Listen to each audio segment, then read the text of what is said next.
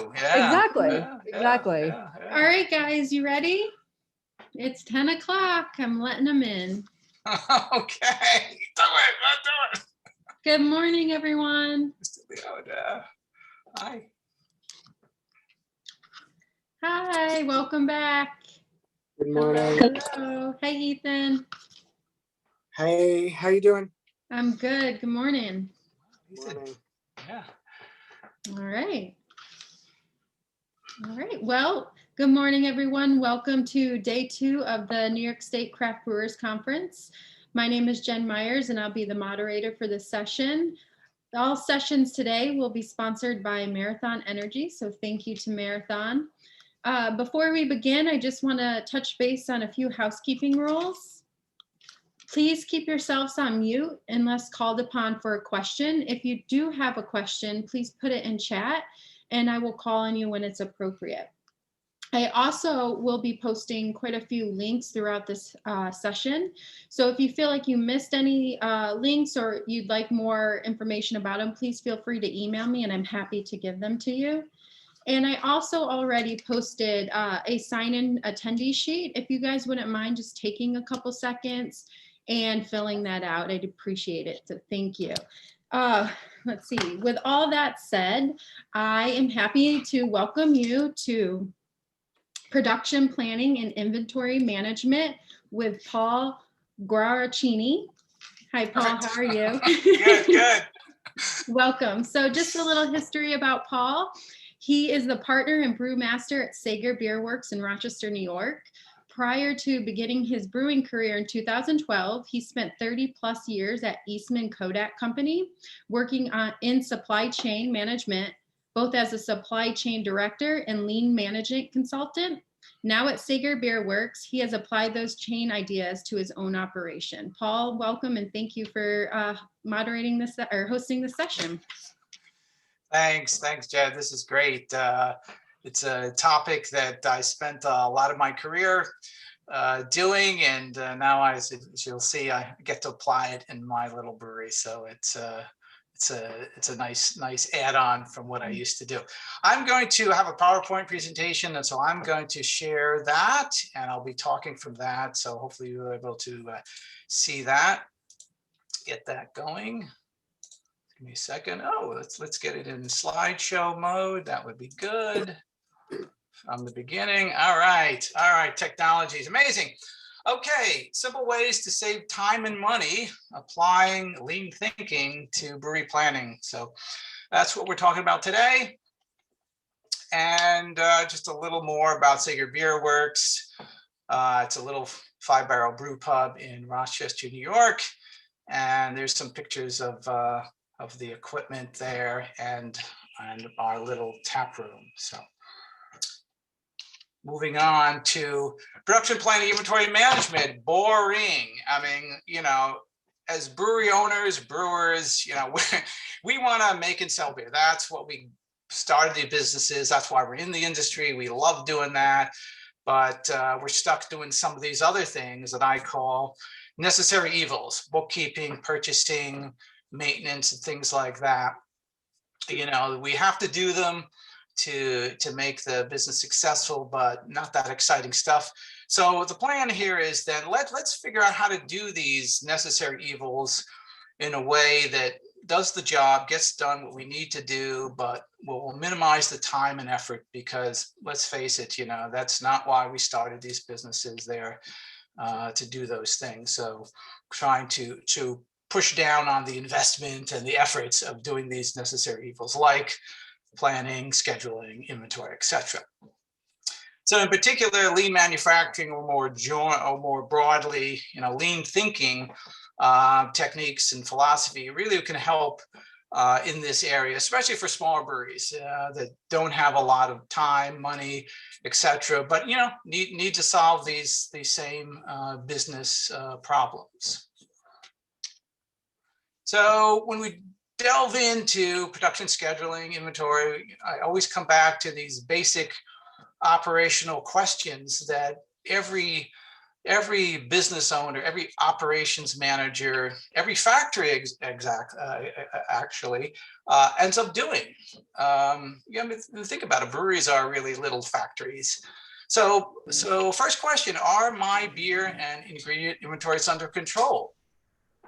If you have too much, we know beer and hops will age. We're not talking wine here. So that'll affect your quality, of course, and you end up wasted labor, materials, making things that aren't selling. So you don't want to have too much. And conversely, you don't want to have too little. There's lost sales, unhappy customers. You might have to incur some expediting costs to push through a batch that is really selling. So you want to get it right. And that's the trick in terms of inventory management. But also, how does your brewery get scheduled? When should you brew again? How do you figure that out? Not just when you're going to brew, but what? Which brand? Am I going to make a double batch of that hazy IPA today, or is it going to be a stout or something like that? How do you figure that out? Related to that is, do you have the resources? Another typical question: do I have the ingredients? Have I lined up the labor? Is my brewing crew coming in on the right day at the right time to do what's needed? And do I have tank time available? Do I have an open tank today? You have everything set, you don't have a tank to put it in. There's a problem. So you got to figure that out too. And lastly, do I have to buy anything? Do I have to order some ingredients and things like that? Do I have to arrange, for the mobile canner to come or something like that? So all very typical questions that we have to answer probably every day, every week when you're running a brewery, unrelated to actually making beer. So we're going to delve into how you can use lean thinking, lean manufacturing to answer these questions in a very effective way, but very cheap, simple way.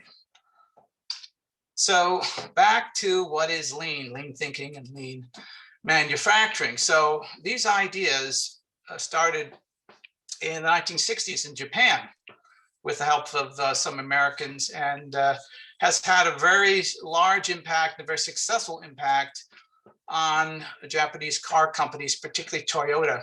Toyota is, as you probably know, a very successful company, and in a significant part to the application of these ideas in their factories. It's a very common business philosophy now, and used worldwide and across many industries, well beyond auto manufacturing. But basically, at its root, it's a business operating philosophy, and included with it is a set of techniques and tools that emphasize frugality. Japanese didn't have a lot of money back in the 60s, so they were very, very important for them to let's figure out what we can do with little resources. It's very much a DIY type of thinking, but most importantly, this concept of waste reduction, continuous waste reduction is at the very heart of it. And waste in a variety of forms. When we think of waste, we naturally would think of material waste. In the brewery point of view, it's yield and mash efficiency and things like that, which is of course true. With all the materials we put in one end of our brewery doesn't come out as beer at the other, of course. But inventory is considered to be wasteful in a lean point of view. Inventory is the result of the fact that we can't hook up the demand and the supply and the resources perfectly, so we're stuck carrying inventory. So it's not considered good, unlike our accountant friends who consider inventory to be an asset. We don't really think about it that way in the lean world. Waiting time is considered a waste too. Again, we're talking about people standing around not doing anything useful, and that's not the sound. Maybe that sounds a little negative, but in the lean world, that's considered disrespectful to the employees if you're not as managers, we don't have useful things for them to do. So we want to make sure we don't have waiting times. They're all adding value every moment of the day would be a goal. Information as waste is kind of squishy, but it really talks about redundant information. We're not going to talk much about that today. Wasted transport, as it sounds, moving things around unnecessarily back and forth. You don't want to do that. You want to get things moved where they are and get the product sold. And overproduction is a kind of waste we're going to talk about today. It's more or less producing things that aren't needed. It's when you make too much, or you make things that aren't going to be sold right away, you've wasted time and money, and it ends up as inventory, which is again considered not so good. Wasted motion, that's more of a, well, sort of within the brewery itself. Wasted time, really stsearching for tools and equipment and things, and that is again adds to, takes away from staying focused and getting the job done in an efficient way. Now, lean is not just about operations. It has a very interesting connection with other things in the business, and that's why it's an operating philosophy for the whole business. Things like quality, safety, how you manage your people, and how your brewery, your workplace is designed. And I'll touch on how it sort of makes these interesting connections to all of those things. Today, because we're focused on production scheduling and planning and inventory, we're going to have primarily focused on these wasted inventory, time, and overproduction. So that's, lean is quite, you could spend weeks talking about lean. So that's a very quick overview of what it is from my point of view. So principles as they apply to production management. One of our things we want to do is to make the material and information flow visible, this concept of self-serve information. The way I describe that is anyone who's in the brewery, in the business, they should be able to go and get information they need to see what has to be done, when it needs to be done. They can see the material as it's being processed of sorts, and there are no experts needed. You don't need to have someone to tell you what to do, when to do it, because you don't know, or there's a system that you have to log into to find out what's happening. It's very apparent. And that's really cheap and simple. We're going to do that in a cheap and simple way. And in particular, we're going to be looking for ways to smooth production. I'll be talking more about that. And basically, it means look for ways to make every day the same, or maybe make every week the same. Make your operational rhythm extremely predictable and boring. And that usually means cheap, high quality, and safe. And I'll get into that. Forecasts are generally not something in the lean world we're totally big on. We're forced to use them in some cases, but we really rather not, because forecasts are usually wrong. And when you're wrong, that usually means inventory and wasted resources. So we try to avoid those if we can, at least reduce our dependence on them. Another thing I'll get into in more detail is using real-time actual consumption to create your schedule. So rather than try to make a guess about the future, what you think you should be making, what you think is going to be sold, wait for it to actually happen in your business. Wait to the real sales to occur, and use that as a signal to tell you what you should do. It tends to work pretty good, I'll have to say. So anyway, we'll get into that. It probably doesn't sound that apparent yet, and the last thing is, we're very software intensive in the lean world of production management. We use software only as needed, and it's a tool, and it's not the end all. So again, software, of course, is not free in a lot of cases. But we use it when it can really help us the best. Okay. Before I move on, any questions about what lean is? Anything in general that you'd like to ask about the basics of lean? I'm just going to take a little sip while I'm drinking a little bit of It's my jam, New England IPA that we make. It's I need to wet my whistle here. If anyone has any questions, feel free to unmute yourself. If not, we'll move on. All right. I think it's good to move on, Paul. Okay, let's get into it. Here's a technique. This is not really a scheduling tool per se, but it's something that I use. Imagine you're 1,000 feet above your brewery and you're trying to get a sense of the health of your supply chain, and something called pipeline analysis. We're looking at everything that's in your chain for a given family, given brand, and trying to get a sense of is it in a good position.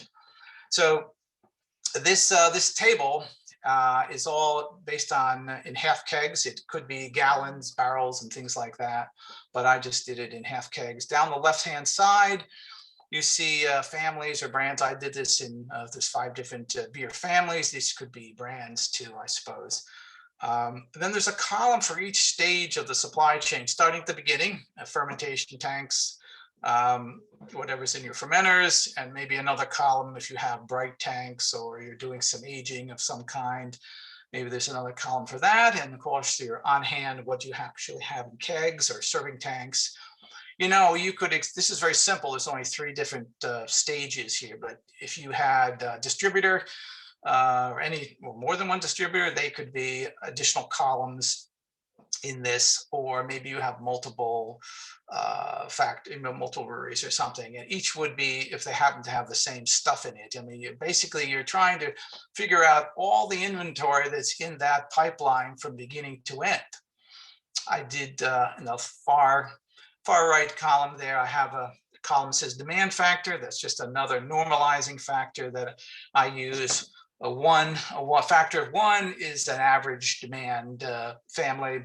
And if it's less than 1, it sells a little faster. More than 1, something a little slower. Basically, you're going to do this little bit of math, and it gives you an idea of what's in that pipeline. If it's below a certain level, and it's 5 kegs for me in my little business, that means I should probably take some action on that. I call it the little red zone. You know, so I use a little color coding, very visual.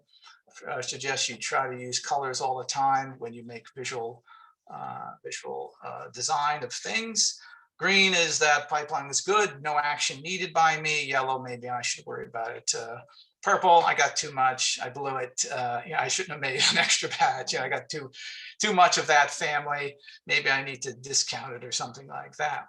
Basically, the idea here is to prioritize your families, your brands, what is not healthy and what isn't. So the ones that are not so healthy, you're probably going to be making that soon. You should be looking around to get a schedule going on that. Again, it's not a scheduling tool, but it gives you a sense of where your where your all your inventories are in total, at least finished goods and in process. And this slide is clearly done on a spreadsheet, but I don't do it on a spreadsheet. I have a whiteboard, and each week I'll go through this. If I was really busy, I'd probably do it twice a week. So I just do this on a whiteboard, simple math, and I get a sense, and I post it in the brewery. Everybody can see it. They know what we're in trouble on and what we're not. So again, you're trying to share information widely with people and that kind of thing. So that's a starting point, a sort of starting point for our journey through lean in production planning. I mentioned before, one of the principles was smoothing of production, smoothing the brewery schedule. And the term we like to use here is make every day the same, or in my case, or maybe others, make every week, at least make every week the same. And the concept is you want to develop a regular repeating pattern. So every day doesn't have to be identical, but key thing is a regular repeating pattern. And in this little visual here off on the right, you can see I have a little calendar, I like to use Post-it notes, and you can see that I'm doing brewing every Monday, and I'm kegging on Tuesdays, and every other week I'm cleaning the lines on Wednesday. So trying to make it very repeatable. And the reason you want to do that is you start to really nail down what is needed and when it's needed in terms of the timing, amount, again, of labor and material. You've really zoomed it in. You're removing all the fuzziness and questions. I wonder what we're going to be doing this week. You've really focused it in, and that helps to certainly minimize your costs, particularly if you have part-time labor and you want to know them, when are they working, when are they working. People like to know. I mean, people like to know when they should be doing things and when they're not, particularly if this is not a full-time job for them. They want to know what they can do in their other parts of their lives. So being able to make it very regular is very good for personnel happiness. And there's a knock on there with quality and safety, because everybody gets real focused, because on Mondays we're making beer and we get ourselves organized, the equipment, the materials, everything gets really focused. This is what we're going to do that day. Though they may not know and exactly what brand they're making and things like that, but you can really dial in what is needed. You know, tank availability is also helped by this. I've had problems in the past when I wasn't doing this, and yeah, I thought I was going to brew on a given day and then discovered that I didn't have a tank available, or the beer that was in the tank wasn't ready to come out. You get all kind of squirrely and messed up. So that's another thing you'll gain from doing this. I've set this up on yet another visual board, and I gotta say it's has multiple uses, not just for me to communicate to everyone else what we're doing, but they can use it with customers. If a customer came in and said, you know, when is that fest beer coming out? The bartender just walks up and says, oh yeah, I can see it's coming out on the 10th. They don't have to text me or wonder or make it up or whatever. All that information is very easily available to everyone. Again, another example of self-serve information. Let's zoom in a little further on this concept of smoothing and standardizing. Let's focus just in on, as an example, the brewing day. What I like to suggest is create a work ballet, or maybe a script, as I say, between the brewers, the humans, and the equipment. I mean, your goal here to be as efficient as you can is to organize the human work so that no one is watching the equipment, but they are spending their time evaluating tasks in support of the equipment, but somewhat prior to what they're needed. And at the same time, the equipment isn't waiting for someone to do something either. The equipment is doing value-adding things, and the people are doing value-adding things. They're all working together in this scripted ballet, as I call this, scripted show of sorts. If you can pull that off, you're going to minimize the waiting time, and you're just going to minimize the amount of labor you're going to need to get everything done. But you're also providing useful work. You're not asking your brewers to run around like crazy people. It's not about the pace. It's about using the time efficiently. And by mapping out this structure of what's going to happen during brew day and when is it going to happen, and practicing this script of sorts, you really can nail down what the most efficient and safe, especially safe, and the quality steps you need to take. So you really will get a knock-on effect in terms of quality and safety, because no one is wondering what has to happen when, and they're not tripping over each other trying to figure it out. It's been laid out, and it works the same way every day. My simple design here, I have a 6-7 hour day. It's my typical brew day for when I'm by myself. And I actually break it into 15-minute increments the way I've mapped it out. But basically you have all the things it goes through to make a batch. But it's been detailed out what's going to happen when, and at the same time, alongside all of those time increments, what is the equipment doing and what are the people doing? And you're always looking for where there are gaps and there's nothing really going on. What else can we do? Can we rearrange the order of things if possible, so we can get ahead of things and make sure we have enough time to do that quality check or not, so we're not rushed and we do it the proper way. So another way to standardize is a smoothing, in the sense of we're trying to get the labor requirement even within the day, so we have people are evenly busy. They're not rushing and overworked at certain hours and then nothing around, nothing to do with the other. We're trying to get it smooth out. People like to work that way, generally speaking. So another simple thing that you can do to set yourself up really for success by creating a structure for the work week, and in this case also for the work day. All right, any questions about those ideas? Anybody ever have any questions? Okay. Square Knot, Paul from Square Knot has a question. Paul, do you want to? Sure. Oh yeah. Hi. Hey, Paul, how you doing? Yeah, good. First off, all your spreadsheets, I thought I was the only one that was this OCD, but thanks. These are awesome. I just want to know how you came up with, on your spreadsheet, how you came up with the demand factors. Was that kind of like based on your sales overall? And then I know that you said that the 0.8 for the IPA and then the 1.2 for the dark ales. Okay, let me go back to that. Yeah, the pipeline inventory analysis. Yeah, how did I come up with those? See, if you're starting your business and you don't have a good sense of what your demand actually is historically, you're just trying to figure it out.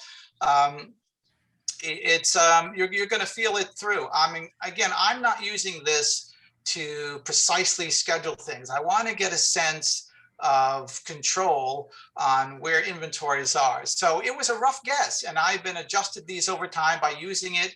And I said, gee, that IPA, I set the demand factor at 0.8 because it tends to sell higher than average. Maybe it should be 0.7, but if I didn't get the signal soon enough and I didn't react soon enough, something maybe that's not exactly right. Maybe I should adjust it. So these are not hard, they never change them. So these are ones that you should if you start doing it this way, you'll adjust them over time. But basically, the only sort of hard data I used to put this together was the IPAs sell almost twice the worst selling beer, which is our dark beers. And so that's why I made sure the factors were different by that. And the golden ale seemed to be somewhere in the middle. So I called that the average, So it was a little bit of winging it there, but I'm adjusting it over time as I learn more. Okay. That sounds awesome. Thank you. All right. Let's move on to discussion of forecast. So whenever we're talking about production planning, it's about the future. Scheduling, of course, is also about the future. And you end up, into a discussion about forecast and what's the role of forecast. Again, in this case, a demand forecast. What do we think the demand is going to be? The unfortunate problem is forecasting is very difficult to do accurately, if at all, and errors are very common, either too high or too low, and there's really nothing we can do about that. So there's no perfect forecast. We'd all make millions and billions, if we could forecast anything accurately. So, but we still have to have them they do have some usefulness. And in the lean world, we tend to try to minimize their use. And when we use them, we're always sensitive to the risks of being wrong. And we try to look for ways to do that.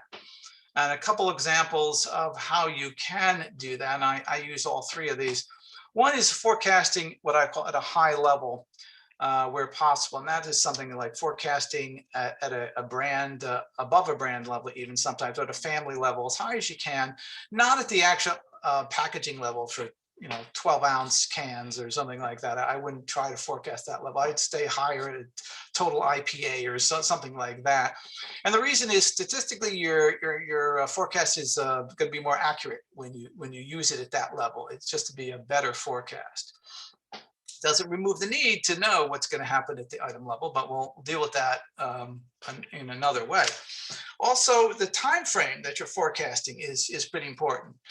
I think you can imagine that today you can probably guess what the temperature is going to be in the next hour better than you can what it's going to be next week. This is the time frame is shorter, and because statistically the what's happening in the recent past is more likely to be repeated in the recent future. So that makes it tends to be a better, more accurate forecast and something you can use.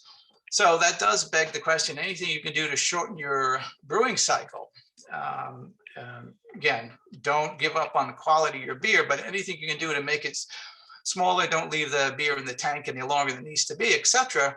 That shortens the period of time that you're forecasting over, and you are more likely to get it right if you do that, if you're able to do that. Also, forecasting raw materials or things that you need to forecast upstream, ingredients, etc.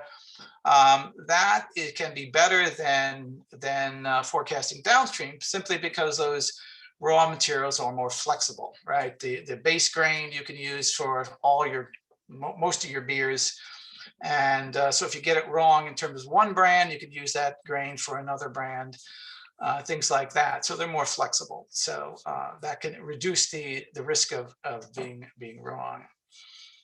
So, but the way I schedule my brewery is I use, again, trying to avoid forecasts as much as I can.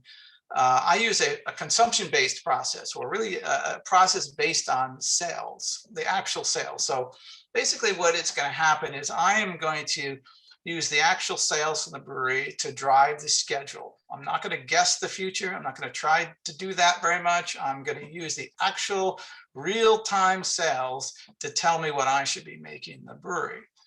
And well, I'm going to show you more about how I actually do that. Again, so I'm waiting to the last moment to schedule the brewery, and I'm using what's actually selling as my signal, as opposed to my guess, which is probably wrong. How do we do that? I have a beer Keg Card system.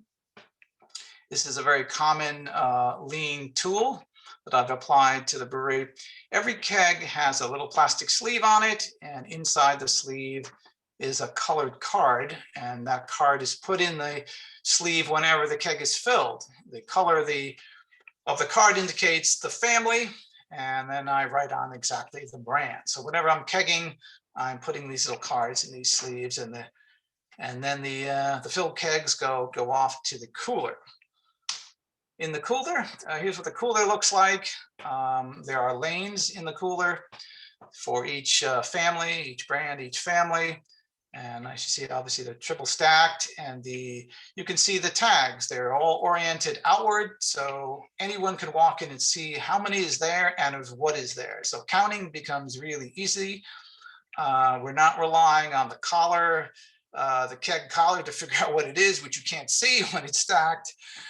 So it makes identification and counting really easy. Another example of self-serve information. So the bar staff, when they're switching kegs out, pretty easy to find what they need. They don't have to ask me. They go in and read the tag and pull it out and put it on. Okay. So as we are selling beer, either by shipping it out or serving it at the tap room, the tags, the cards get removed. So there's a collection box inside the cooler, and there's a little box for every day that we're operating. As I said, the cards are taken off the kegs, out of the sleeves, and put in the box for the day in which it occurs. So either we empty the keg because we've kicked it, or I'm wholesaling it, and that keg is leaving the brewery. Anyway, you put it in the box. In this case, a little green card that says double jam. The cards accumulate. They stay in that little box for about a week or twice a week, depending on how I'm doing it. But it makes monitoring sales consumption very easy. I can see on any given day how many cards came back, and I can also see the color of the cards very easily to say, are we overselling the green ones versus the red ones, and that kind of thing. Is it abnormal? I'm looking for abnormality, something that's not typical, things like that. Nice thing about using cards for representing kegs is it includes all consumption, not just sales, but any waste or any comps. All that's all baked into the draining of that keg. So I don't have to go into the POS system and convert the sales to gallons or barrels and add the waste, and I don't have to do anything like that. I just pull out the cards, just look at the cards, and I can see how many barrels we've sold. In this case, like 1, 2, 3, I can see looks like there's 5 there. So 2.5 barrels have have been used, to date in this particular example. So once a week or twice a week, depending on how often I'm brewing, I collect them up and I take them to the brewery for my scheduling. Another set of boxes here in the brewery. These are called, I call them production boxes. There's one for each family. It could be one for each brand, but I use one for each family. And if we look in the green box, it says I'm putting that little card in there. So all the cards go in the boxes, but it says in front of it says Brew 4, and below it, it says Keg 8. What that means is when I collect 4 cards in that box, it's time within a week for me to make another one of those beers. And when I collect 8, that beer should be done and I should be ready to keg it. So in other words, as the sales occur, cards come back. If they come back faster, I'm going to get to these little action limits. That's what the numbers are, really, action limits. And I'm going to brew more. So it's self-regulating. When the cards don't come back, I don't make that brand. So yeah, I can speed up, slow down the brewing in terms of mix based on how the cards are coming back within my smooth schedule. What else? So the action limits, basically based on my lead time. I have for ales, pretty standard 2-week lead time. So again, once I get a card, I need to get it into the schedule within a week, but I've counted for that in terms of the number of cards. These limits do get adjusted seasonally, based on, whatever else is happening. Get rough historical uses. So I'm making a little bit of a guess here, a little bit of a forecast here, but it's a very short term. It's very short term. It's very rough. I don't, I'm not trying to nail down the day that I need to brew this. But the key thing here is, as I said, the brews get scheduled based on actual consumption. That is the cards coming back based on sales and consumption, not based on a guess that I'm making about what I think we're going to sell. Okay. So just to summarize how that works, cards are attached to each keg when it's filled, and they go into the cooler. Consumption occurs, and the cards are removed when they're emptied. The kegs are emptied. They go into the collection box.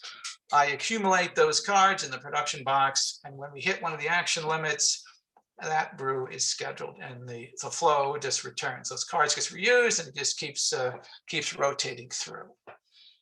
All right, that was a mouthful, maybe. Questions on how a keg card system can be used to schedule your brewery? Yes, you have a question from Erica. Erica, go ahead.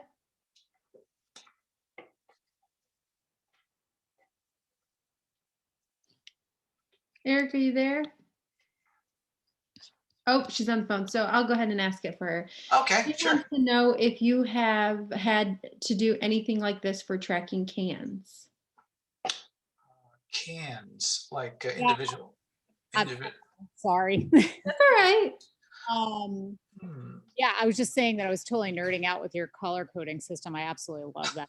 You Yeah, mean like cases of cans, or is that I'm curious because that's obviously a different beast. I'm sure.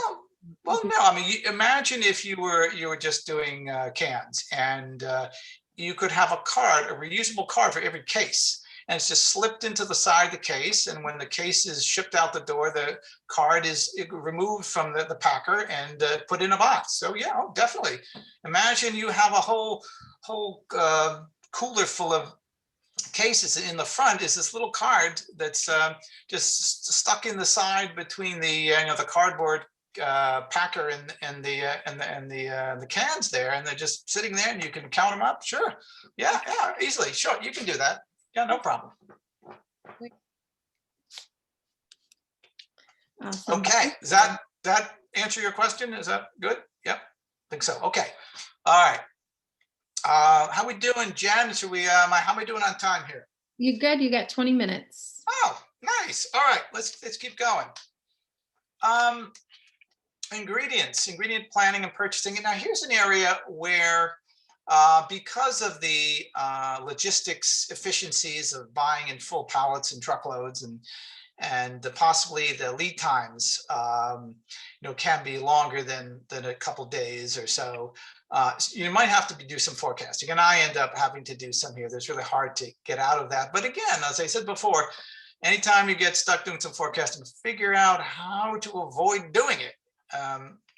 So we certainly want to minimize those forecast errors. And, if you could, the perfect world would be buy to your schedule. Imagine you used your cards, and whether you figured out you're going to brew a porter tomorrow, and you click your fingers and all of the ingredients show up tomorrow morning just before you're going to brew. And that would be the perfect world. You wouldn't need any inventory. You'd have exactly what you need when you need it. That would be just in time in its most perfect form. But fortunately, we don't live in that world. So other things you can do, co-op purchasing with other brewers, that can help to cut down those large lot sizes and things like that.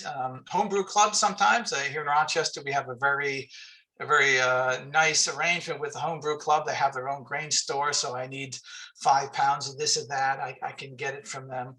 Maybe some of the wholesalers that you get your ingredients from are local, and you can, if you certainly take advantage of anybody who's close, avoid those freight costs, and certainly you can share the freight cost in how they've set their pricing. One of the other cool things that I have done is to work pretty hard to avoid excessive ingredient variety in my recipe design. When you think about it, you probably don't need 5 or 6 different kinds of crystal malt or something like that, or 3 varieties of wheat. I'm not suggesting you make all your beers taste the same or use the same ingredients, but I just say avoid having any more variety than is truly needed to create the authenticity and the quality of the beer you want to make, especially for specialty grains of hops. Do you need 20 different kinds of hops to make your IPAs? And again, you want to be unique, you want to differentiate yourself, but don't go overboard, because whenever you do that, you're just going to end up carrying more inventory. That's going to cost more money, and you have a knock-on quality, because the freshness will be affected if you can't move them. In particular, for take hops, we have to buy them in most cases at 11-pound increments, and that may last a while. So I try to avoid using really unique things where I can't share the purchase quantity. Basically, here's a case where software is your friend. Software is very helpful. When you're trying to translate a rough brewing plan or a schedule, integrating that with the recipe of the brew, and netting against inventory, all popping out with what you need to buy. That's a bit of math there. There's great use for a spreadsheet or planning software. They really help in those cases. So don't try to do that back of the envelope. You should really do that that way. They're very good at those types of things. Here's an example of the spreadsheet that I use for that.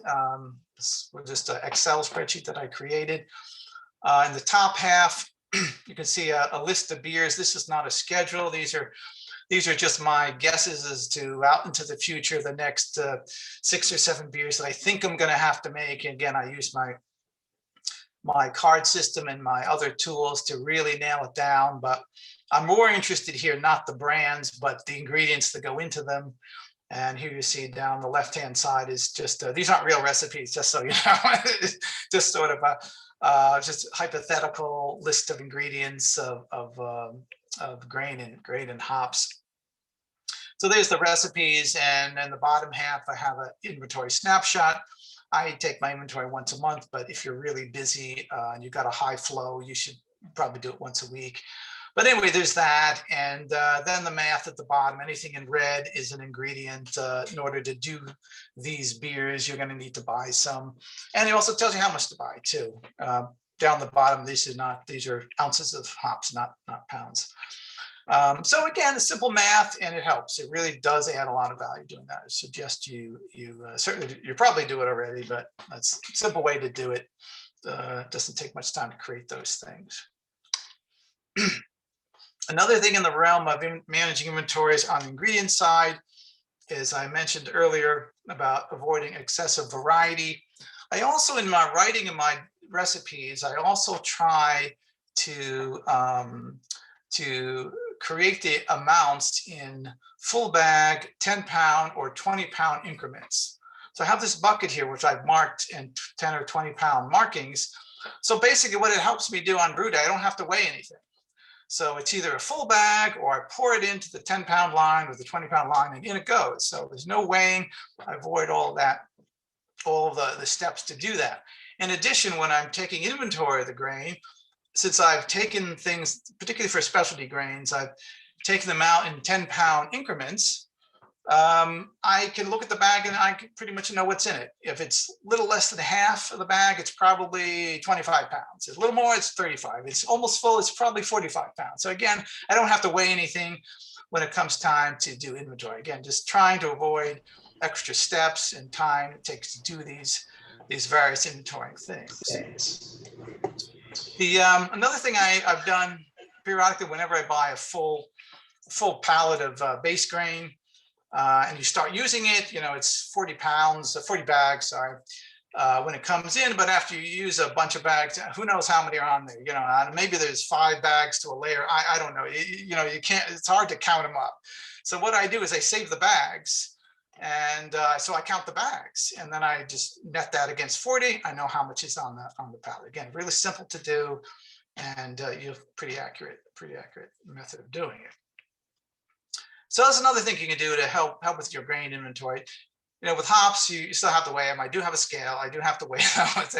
There's no way around that usually. All right. So just to conclude, scheduling your brewery, managing inventory, not the most exciting thing, but something you need to do for business success. And so you should have a good process to do it. So if you're stuck between just winging it, back of the envelope kind of thing, or on the other hand, investing in some brewery software, lean manufacturing technique can help fill that gap. If your brewery is fairly large, fairly complicated, lots of fermenters, large brewing team, complicated logistics and recipes and things, you might want to, you're going to go towards some software. But I would always recommend try to apply some of these techniques before you do that, so you know what you need when it comes time to buy some software. Don't automate before you've tried every other way to make it work. It's so much cheaper, and you'll when you come time to buy your software, you'll know exactly what you need and you get just what you want. But anyway, lean thinking does provide some simple, low-cost ways to drive your operations, controlling cost, and while at the same time, so I've noted there are some quality and safety benefits of organizing yourself in that way. And what I found is the benefits of doing this when applied consistently, they come in small bits, but after you do it time after time, brew after brew, they can add up. So, but the savings itself does depend on where your starting point is. If your brewing day or brewing process is total chaos, and there's stuff all over it, there's a lot more, you'll gain a lot more versus if you have already a really tight ship, you might not gain as much, but you don't have to do the whole package. You can do all of these different pieces separately, whatever makes sense, and you can manage in your facility. All right, we'll go in for some more questions, but before we do that, you can contact me at paul@sagerbeerworks.com. And we can do a phone call, Zoom call, other email, whatever you want to do if you have other questions. I encourage anybody who wants to see more about how this all happens to come visit me at 46 Sabre Drive in Rochester. And hey, I do enjoy beer tourism, so I'd be happy to come visit you too and share some of these extra ideas. Okay, Jen, I assume we have more time for some questions, right? We do. We actually have a couple questions. Thank you, Paul. That was a great presentation, really informative. So thank you again. But we'll lead right into the questions because we got about 10 minutes left. I think Ethan has a question for you first. Ethan? Ethan, hi. Hey, Paul, how's it going? Good. Good. It's nice to see you. That was super informative, and thank you very much. I do especially appreciate your point about how these kinds of ways of thinking about things can really be a great bridge between kind of like notes and whatever else. And like eventually, I do think you can scale to a point where software is probably your only hope. What I was gonna though bring out was two things. One point about that you made about recipe design, putting the ingredients into increments that make sense is very sensible. And as you do, 10 pounds or whatever that you can divide a bag out evenly into. The flip side of that too would be to say, for some of those ingredients that you don't need very much of, you're trying to avoid excess inventory, which I totally understand. One way around that is also to be creative about where else you can put some of those ingredients. You've got a bag of Crystal 60, maybe you wouldn't normally use any or too much of that, but you might fit that into a recipe so that you can deplete that inventory. And that's where you can still be a little bit creative while still letting your recipe design be a little bit guided by, like sort of practicality. Exactly. You definitely want to find a home for that bag. And if that, so that either through your recipes and that you always have, several recipes that use that, or in the moment you get creative, as you're saying, I think. And, I'm going to tweak this a little. It probably is going to it'll just add a nuance that maybe we haven't tried, and maybe customers will like that and it'll become a regular. You never know, right? Right. Yeah, or for your one-offs or whatever else. The last point I'll leave you with, though, is you're right that, I think I agree that forecasting upstream is less fraught, I suppose, than forecasting down. But when it comes to ingredients and just-in-time ordering, what's your opinion on where's the tip-off? Because ordering partial pallets of things and whatever else costs you more money too because of shipping or economies of scale pricing. So I find there's a trade-off to having a little bit more inventory than maybe you would say is good in a lean sense, but we saved money and it doesn't go bad that fast. As long as you're buying stuff that doesn't go bad that fast. I'll leave it with that. Right. I totally agree. The whole for small breweries that are buying that end up buying, like me, full pallets of grain, that's a tough nut and to crack. It'd be great if I was brewing every day and I could use multiple pallets a week. That problem starts to go away pretty quickly. But you're right. You clearly you can't fix that. I mean, the economies of buying a full pallet are so good compared to UPSing a bag here and there. You just got to suck that up. I mean, but the beauty of it, you're saying, of course, the grain it's multi-purpose. There'll be other things you can do with it. It's not like you're committing the farm, so to speak, when you buy a pallet. So it's a trade-off that we inevitably have to have. They're basically it's one you have to make. I don't know a really strong way around it that's easy to implement. And I've talked about sharing pallets with other breweries. That's sometimes hard to orchestrate and things like that. And there's no good answer when you're really small. So you're kind of stuck. Thanks. Awesome. Thank you. Next question for you, Paul, is from Tony Cordova from Lucky Hair. Tony, go ahead. Hey, Paul. Yeah, so do you have any tips on yeast management? You said that you collect the cards, and once you hit a certain threshold, you have to make that beer within a week.